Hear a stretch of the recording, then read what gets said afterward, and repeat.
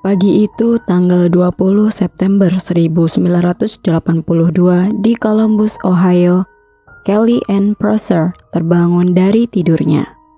Seperti hari-hari biasanya, setelah bangun ia akan bersiap-siap untuk berangkat ke sekolah. Dia mengenakan celana jeans biru klasik dengan atasan bermotif bunga dan jas hujan biru di atasnya. Setelah memeluk ibunya, ia pun berpamitan dan mulai berjalan ke SD Indianola. Sebelum berangkat, ia membutuhkan waktu yang lama untuk meyakinkan ibunya agar ia diizinkan untuk berangkat dan pulang sekolah sendirian nantinya. Alasannya adalah ia ingin mandiri dan tak merepotkan ibunya lagi. Biasanya Kelly berangkat bersama kakak laki-laki dan perempuannya, tetapi tahun ini mereka telah lulus dan pindah ke sekolah menengah. Ibu Kelly, Linda, awalnya ragu-ragu, tetapi karena sekolah hanya beberapa blok jauhnya dari rumah dan tempat pekerjaannya, dia akhirnya mengizinkannya. Sebelum itu, Linda menanyakan arah menuju ke sekolah pada Kelly berulang kali, karena ibunya hanya ingin memastikan bila Kelly benar-benar menghafalnya. Meskipun dia tahu Kelly telah berjalan di rute itu selama bertahun-tahun. Tetapi kali ini berbeda, karena Kelly akan berangkat sendiri tanpa ditemani saudara-saudaranya lagi.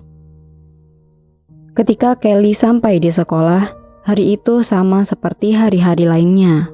Dia bermain dengan teman-temannya, bercanda di kelas, dan bahkan tetap tinggal di kelas untuk membantu menyiram tanaman.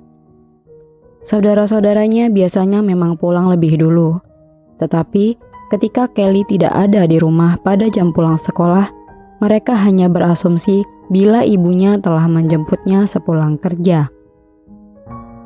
Ketika Linda pulang ke rumah malam itu, ia pun bertanya, di mana Kelly berada. Anak-anaknya bingung dengan pertanyaan ibunya itu. "Kupikir dia bersamamu, Ibu," jawab saudara perempuan Kelly. "Tidak, ibu pikir dia sudah pulang bersama kalian," balas Linda. Linda tiba-tiba sadar jika ada sesuatu yang tidak beres. Dengan perasaan khawatir dan takut, dia berlari keluar pintu untuk mencari gadis kecilnya. Pada pukul 6 sore, Linda menelpon polisi untuk melaporkan bahwa Kelly hilang dan mereka mengirim tim pencari pada malam itu juga. Tidak ada seorang pun di rumah itu yang tidur malam itu. Mereka dengan cemas memikirkan di mana Kelly berada. Saksi mata melaporkan melihat Kelly di daerah dekat sekolahnya pada saat dia berjalan pulang dari sekolah. Sementara itu, pada tanggal 21 September, sekitar 20 mil jauhnya di Madison County, sebuah keluarga sedang berkendara di jalan pedesaan dan melewati sesuatu yang tergeletak di tengah jalan. Jadi, mereka memutuskan untuk berhenti dan mengambilnya. Ternyata itu adalah jas hujan berwarna biru. Keluarga itu tidak ada yang berpikir macam-macam. Sampai putri remaja mereka teringat telah mendengar berita bahwa ada seorang gadis kecil yang hilang tidak jauh dari lokasi itu. Dan kebetulan gadis kecil itu mengenakan mantel yang persis seperti yang digambarkan. Mereka lalu melaporkan pada polisi. Sekitar pukul 20:30 malam, polisi bergegas pergi ke daerah pedesaan sesuai dengan informasi yang diberikan oleh keluarga itu, dan mereka mulai mencari di daerah sekitar ladang. Tak lama kemudian, hari menjadi terlalu gelap, dan pencarian pun dihentikan sekitar pukul 2 pagi. Keesokan harinya pencarian dilanjutkan. Akhirnya, seorang petugas patroli setempat melaporkan jika ia menemukan mayat di dekat lokasi pencarian. Penyelidik mengumumkan jika gadis kecil itu telah dipukuli berkali-kali dengan sangat-sangat kejam, diserang secara seksual, dan dicekik sampai mati. Berita kematian Kelly dan keadaan saat dia ditemukan tidak hanya membuat keluarganya dan masyarakat setempat syok, tetapi juga para penyelidik yang menangani kasusnya. Yang membuat semuanya menjadi lebih sulit adalah tidak ada indikasi yang jelas tentang siapa tersangkanya. Kasus ini terjadi pada masa di mana segala sesuatu dilakukan di atas kertas. Mereka tidak memiliki teknik DNA canggih seperti yang dimiliki saat ini. Biasanya, dalam kasus-kasus pembunuhan di awal tahun 1980-an atau tahun-tahun sebelumnya, tidak jarang bukti-bukti akan hilang atau secara tidak sengaja rusak.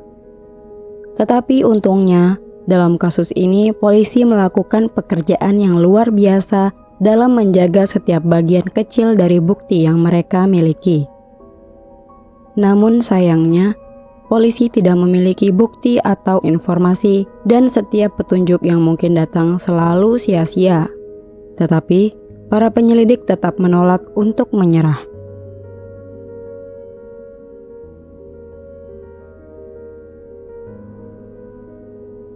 Pada tahun 2020, beberapa detektif yang sering menangani kasus lama berpikir akan menjadi ide yang bagus untuk membuat podcast yang didedikasikan untuk kasus Kelly Ann, dengan harapan bahwa itu mungkin akan membawa beberapa informasi baru untuk kasus ini dan membantu membangkitkan ingatan seseorang. Selain podcast yang diberi nama The Fifth Floor, para penyelidik telah mulai bekerja sama dengan Advance DNA, sebuah perusahaan genealogi dengan menggunakan bukti-bukti dari TKP tahun 1982. Sungguh menakjubkan bahwa dengan menggunakan teknik forensik baru yang luar biasa ini, mereka mampu melacak kemungkinan identitas tersangka. Sayangnya tersangka, Harold Warren Jarrell, ternyata telah meninggal dunia pada usia 67 tahun di Las Vegas. Fakta ini tidak menghalangi mereka. Para penyelidik memperoleh sampel DNA dari kerabatnya yang masih hidup dan diperoleh konfirmasi jika Harold Warren Jarrell bertanggung jawab atas pembunuhan Kelly Ann Prosser. Karena terobosan luar biasa ini baru terjadi pada tahun 2020, masih belum diketahui dengan jelas identitas Harold Warren Jarrell yang sebenarnya. Tidak ada yang tahu bagaimana dia meninggal dan sejauh ini DNA-nya belum dilacak untuk kejahatan lainnya. Menurut informasi, Harold pernah dihukum pada tahun 1977 karena menculik seorang gadis berusia 8 tahun dan dia dibebaskan hanya 8 bulan sebelum kematian Kelly Ann. Dia juga dilaporkan pernah bekerja serabutan dan juga bekerja di stasiun radio lokal di Columbus selama tahun 1970-an sampai 1980-an.